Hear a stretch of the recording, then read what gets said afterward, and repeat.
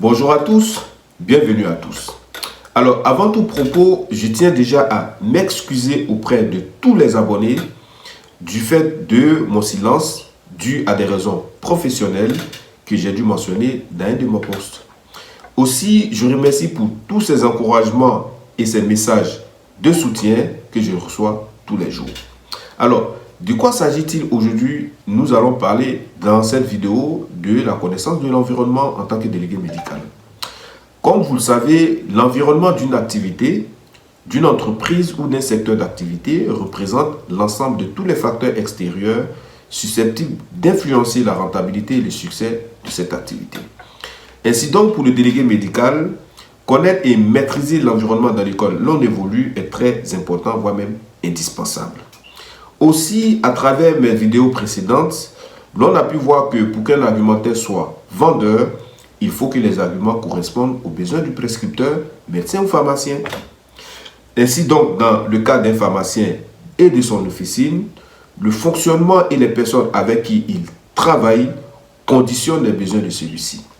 L'on se pose alors la question de savoir pourquoi connaître l'environnement du prescripteur. Dans cette vidéo, nous verrons les informations indispensables à connaître par le délégué médical afin qu'il puisse l'exploiter dans son argumentaire de vente. Bienvenue dans la Biovisicale. Installez-vous et on en parle.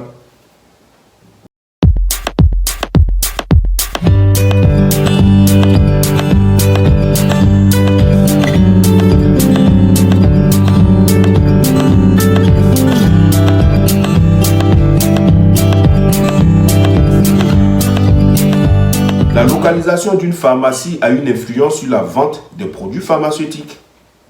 Notons qu'une pharmacie située à l'intérieur ou en campagne doit être mieux organisée dans ses commandes qu'une pharmacie en ville.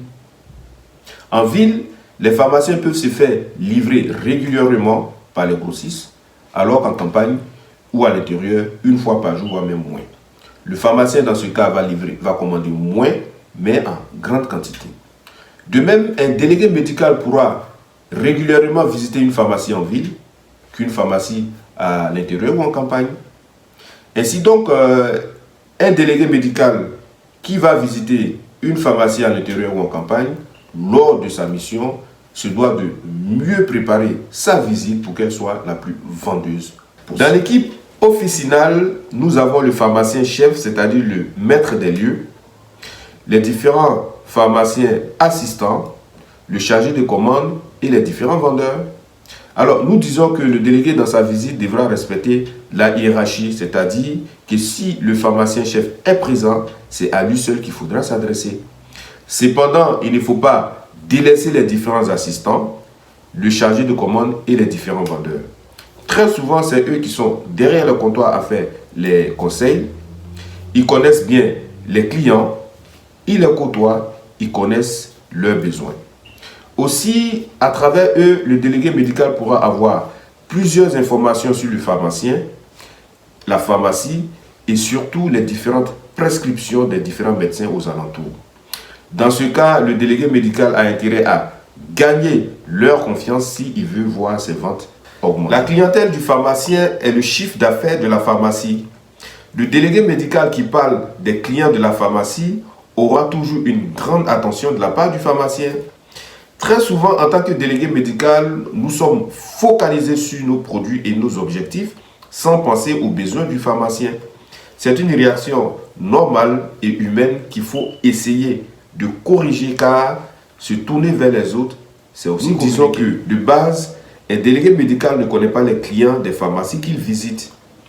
Il les voit lorsqu'il va dans une pharmacie lors de sa visite, mais ne peut pas discuter avec eux. Ces clients qui viennent en pharmacie viennent pour leurs médicaments et aussi avoir des conseils.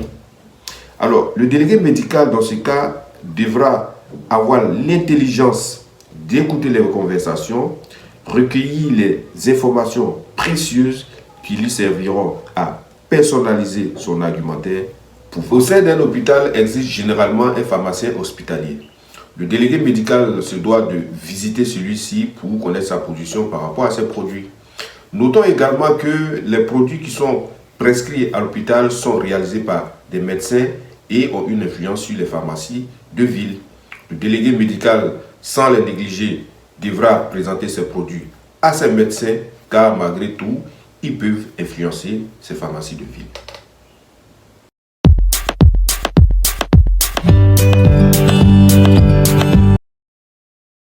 Parlons à présent de l'historique prescripteur-laboratoire.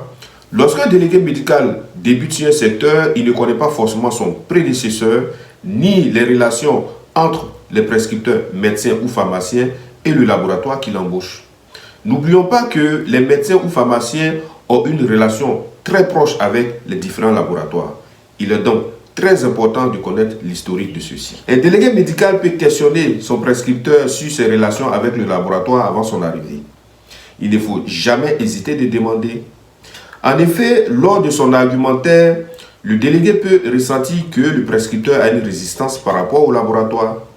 Alors, si votre prédécesseur a fait des promesses qu'il n'a pas tenues, s'il y a eu des litiges avec un médecin ou un pharmacien, ou encore le laboratoire lui-même, il n'y aura pas de confiance, mais mieux de la méfiance. Le délégué médical, dans ce cas, devra trouver de bons arguments pour rétablir le dialogue et les ventes et revenir plusieurs fois pour essayer de gagner cette confiance perdue.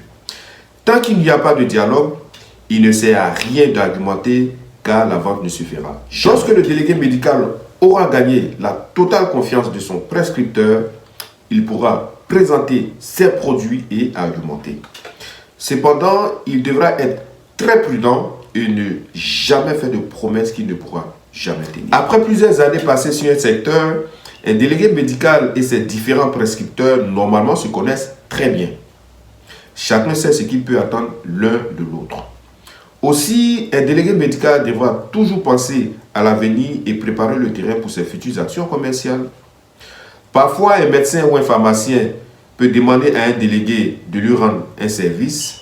Ce acte n'est rien d'autre qu'une marque de confiance et de reconnaissance de la part de votre prescripteur. Par exemple, un médecin ou un pharmacien peut demander à un délégué de lui trouver une information, le dépanner par rapport à un produit. Aussi, de l'inscrire à un congrès ou participer financièrement à sa formation.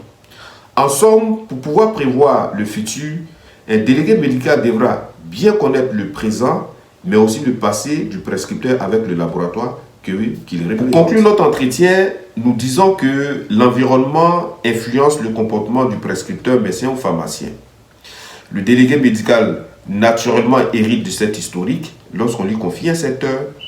C'est à lui de s'adapter et l'exploiter au mieux pour améliorer son relationnel et ses ventes. Il devra donc récolter le plus d'informations chaque jour pour étoffer la connaissance de son secteur. C'est un travail de fourmi qui est très payant sur le moyen et long terme. C'est un plaisir de vous retrouver. Je vous dis à très bientôt.